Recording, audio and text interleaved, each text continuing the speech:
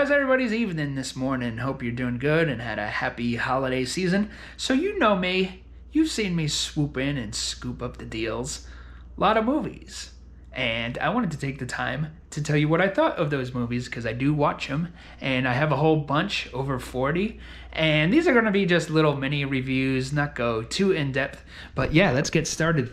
The Descendants by Alexander Payne, fantastic director. I had never seen this and I put it off because, I don't know, it just didn't look like it would appeal to me. But it's very, very good. It takes a very dark subject matter, which is George Clooney's wife is in a coma. And that's not really much of a spoiler. This all happens in the first 10 minutes of the movie. So his wife is in a coma and she might not come out of the coma, and he's dealing with that. And the twist is they weren't getting along. And it takes a very serious subject matter and kind of makes it as lighthearted as it can be. It's not a totally depressing movie. It is, kind of quirky and fun at times. And I definitely recommend watching this. I like this movie a lot. Then the next movie is called Folks, which I thought might be similar because it also takes a serious subject matter, which is Tom Selleck's father has dementia. But it's just like a goofball comedy, and it kind of makes fun of the elderly. Not too bad, but just like stereotypical jokes, and it's stereotypical like 80s style movie. The first 45 minutes, I thought it was going to be like pretty solid, but then it really goes downhill and becomes very just like pointless and dumb. A way better comedy movie I watched is Ruthless People. This is very well written. It's by the guys who did Airplane, the Zucker brothers and Jim Abrams. It's not like as goofy, but it's well written, like I said, and a good time. I recommend that one. And now this one here seems kind of underrated. I don't hear many people talk about this, but it is 35 years old. So who am I going to run into that's talking about disorganized crime? But this is fun. You got Ed O'Neill there. He was already playing Al Bundy, but this is early in the Al Bundy life cycle where he was still doing movies and stuff. And yeah, fun time right there. Disorganized crime.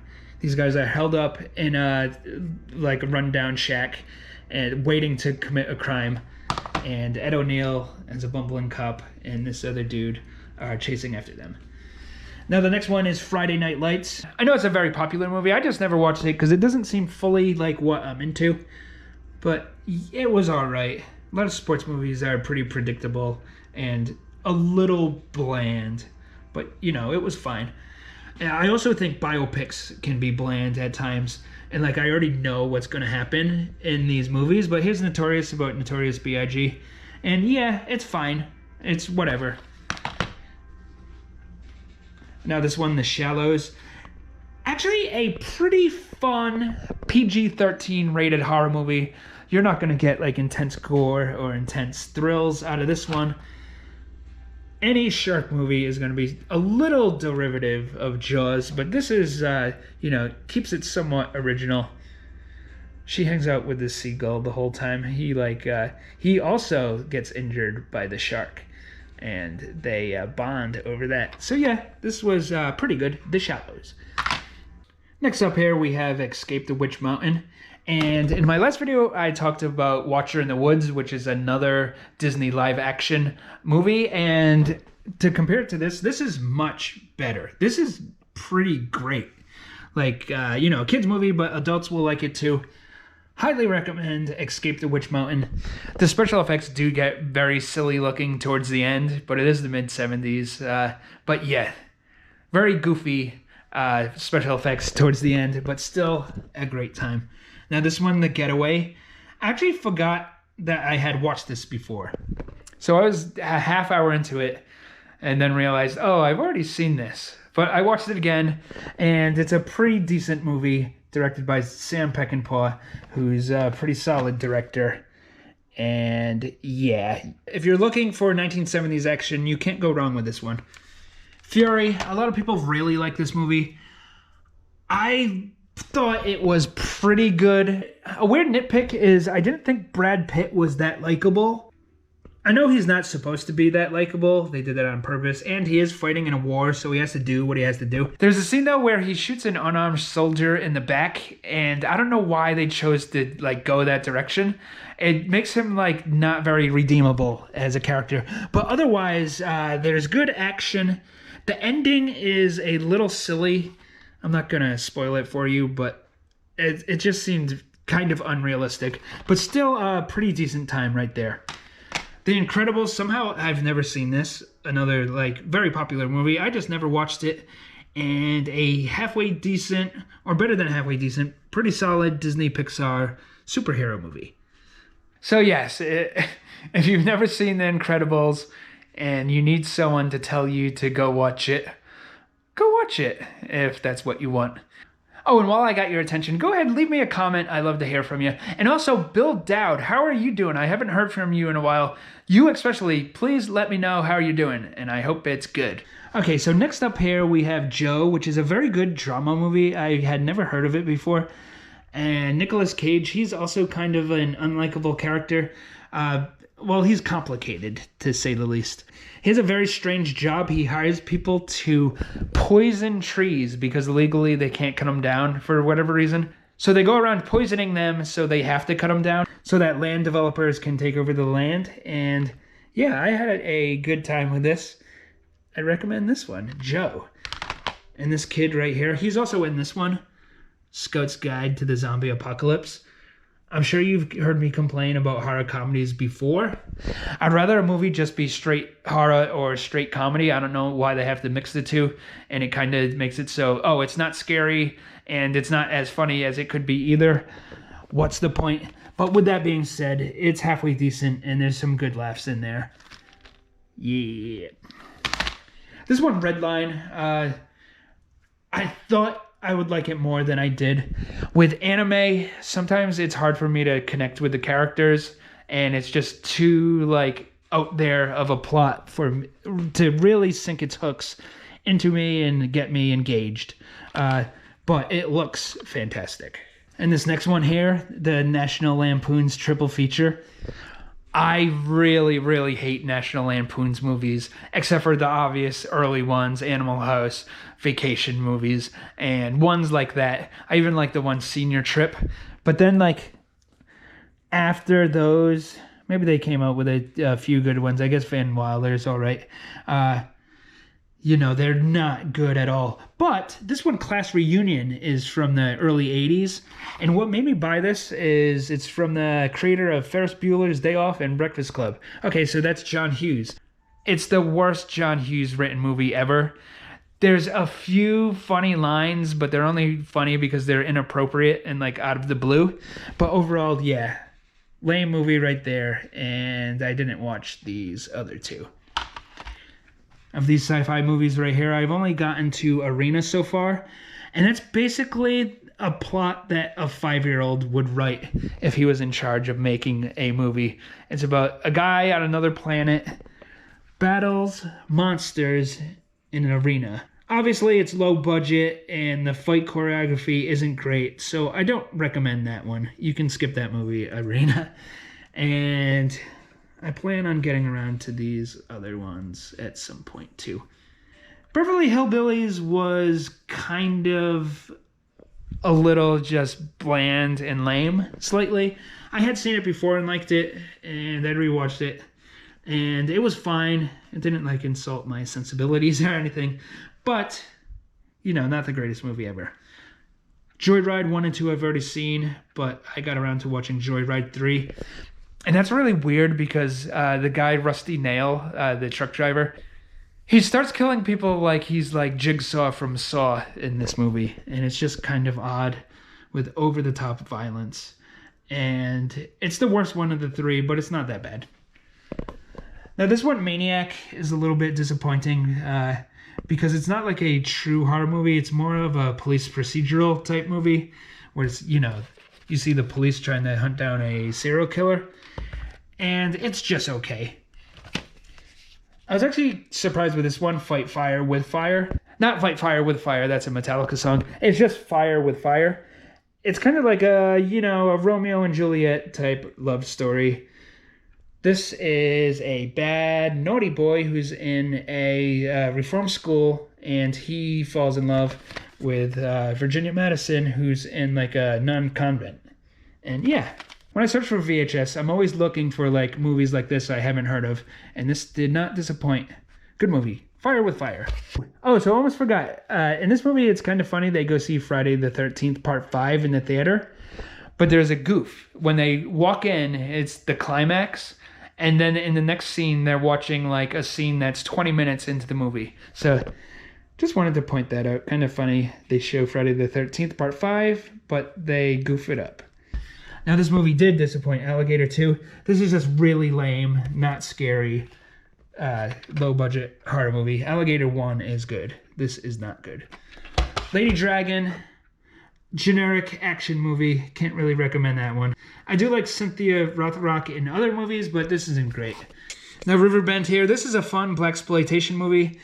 They're in some southern state, and they're being like discriminated against the racist cops, and they fight back. So that's a cool one right there.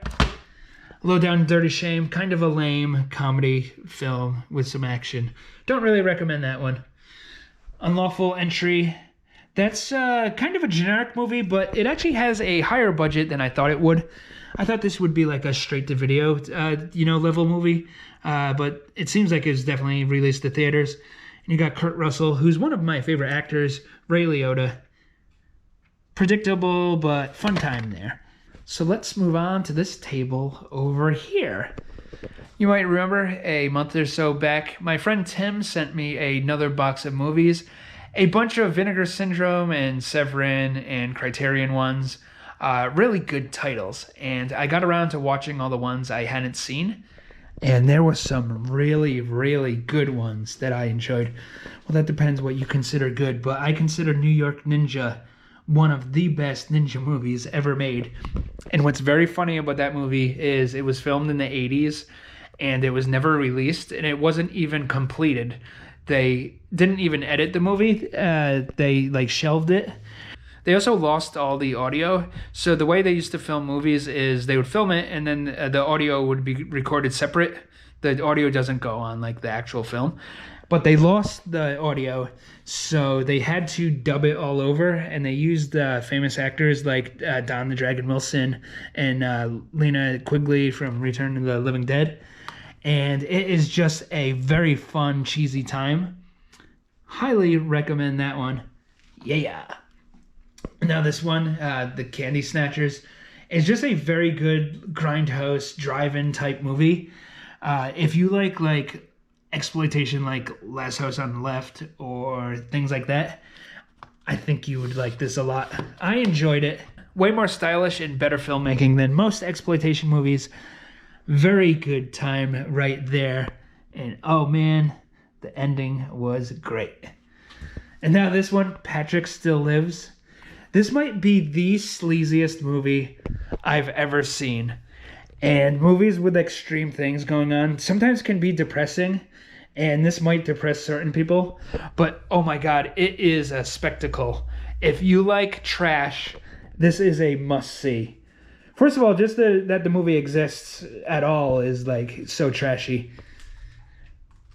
It's an unofficial sequel to the movie Patrick, just in name only, really. They tried to capitalize on that by calling it Patrick Still Lives. And yes, so watch this. If you have kids, don't let them see it. Patrick Still Lives. Now this one, The Outing, I changed the cover for this one. I thought this poster, this cover art looked cool, even though at no point are they in the woods.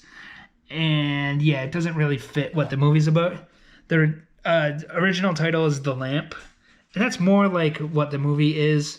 But yeah, I don't like that cover as much. Kind of generic horror movie. What makes it somewhat unique is it takes place inside a museum. It's an evil genie. Here we got Grizzly, basically a Jaws ripoff, but with a grizzly bear.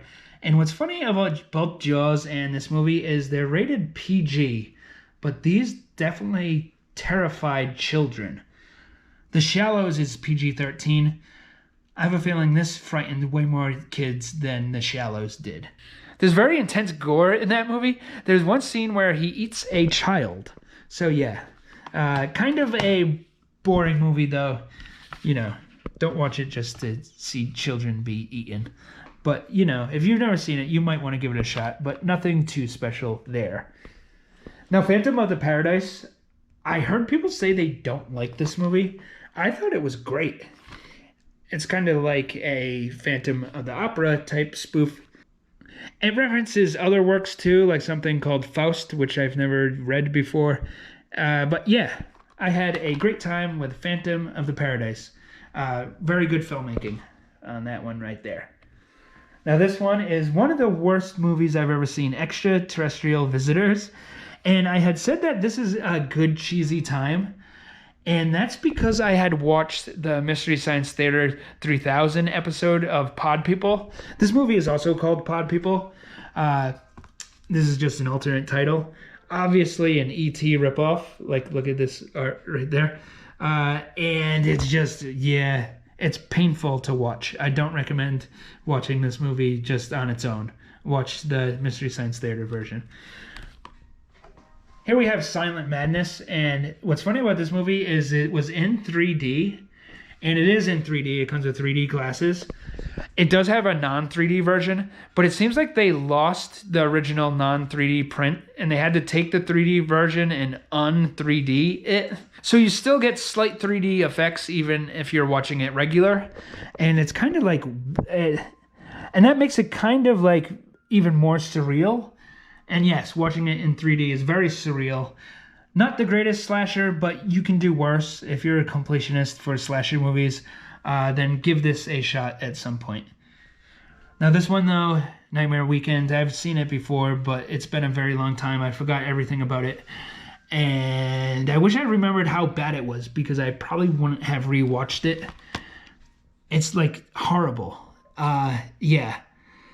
It's too bizarre. Like, I don't think the filmmakers knew what was going on. So for me to explain it to you would be almost impossible.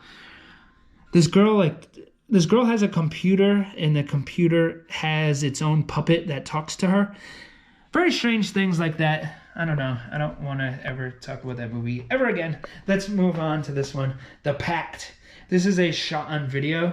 And in case you don't know what that means, like a camcorder you would buy at the store and make home movies with in the 80s and 90s. People make movies on those. I'm sure most of the people watching this video already know that. But yeah, The Pact. Kind of slow, kind of boring. I appreciate the effort, but don't really recommend this one. It was better than Blood Hunter, another shot on video one about this guy is a vampire. And this is just kind of cringeworthy, like bad.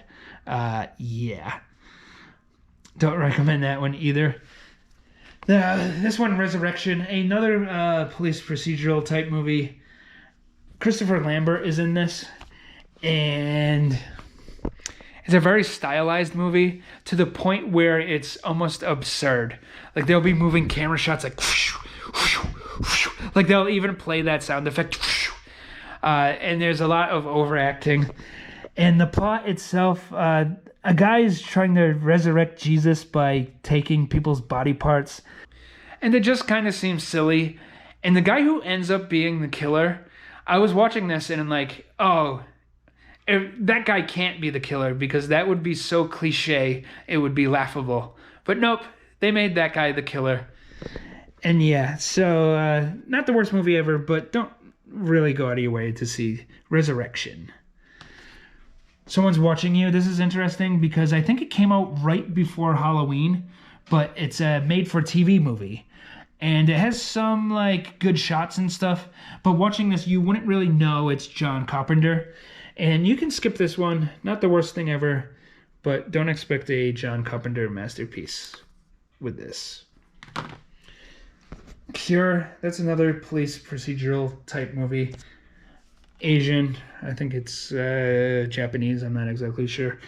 But yeah, this was a good time about a killer who hypnotizes people into, I guess, killing other people. And it's a slow-paced, like, slow burn type movie. And I thought it was good.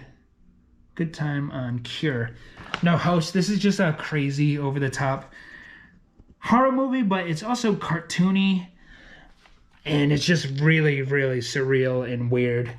But yeah, I had fun with this. Very artsy movie, almost more of a collage than an actual like narrative film. But yeah, I do like this and do recommend it. House is good. This one, Alien from the Abyss, is very boring, just cheap sci-fi movie where this alien doesn't come in until I think 50 minutes into the movie. You finally first see this alien. And this is bad. I don't recommend watching this. And finally, last, not least, but also not first either. And once again, thanks for watching. Like, subscribe. And yeah, so it's hard to say the name. Girls School Screamers. Girls School Screamers. I watched the special effects, and it seemed that the maker of the movie didn't even know the actual name of the film. He would call it Girls School Screamers, not Girls School Screamers. So yeah, I'm going on a tangent on the one letter. So Girls School Screamers had a really, really good opening. I thought it was going to be more of a ghost movie, but then it becomes a generic slasher movie. So, not the worst movie ever, but I wish it was just what the first 5 minutes were. And let's watch a clip from that right now. Tyler. Come to me, Tyler. Come to me. I love you, Tyler.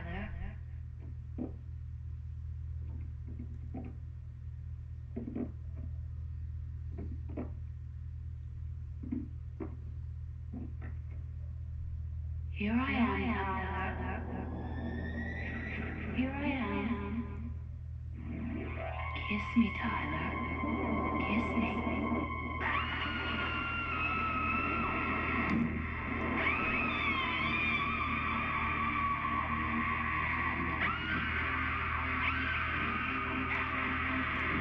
So yes, if the movie was just that lady chasing kids around the whole time, it would be fantastic, absolute classic. But it's not. You don't even see the killer the whole time, and I think that's like her only scene. So yeah, Girls' School Screamer could have been better, but it is what it is. What's funny is I think that was an insert shot. I think this movie was purchased by Troma, and they went and added sensational things like that to it. And yeah, that's what the full movie should be. There should be a remake. They're remaking movies all the time. They remake good movies. They should remake movies like that right there. Okay, see you next time around. See you next week. And I'm out of here for now.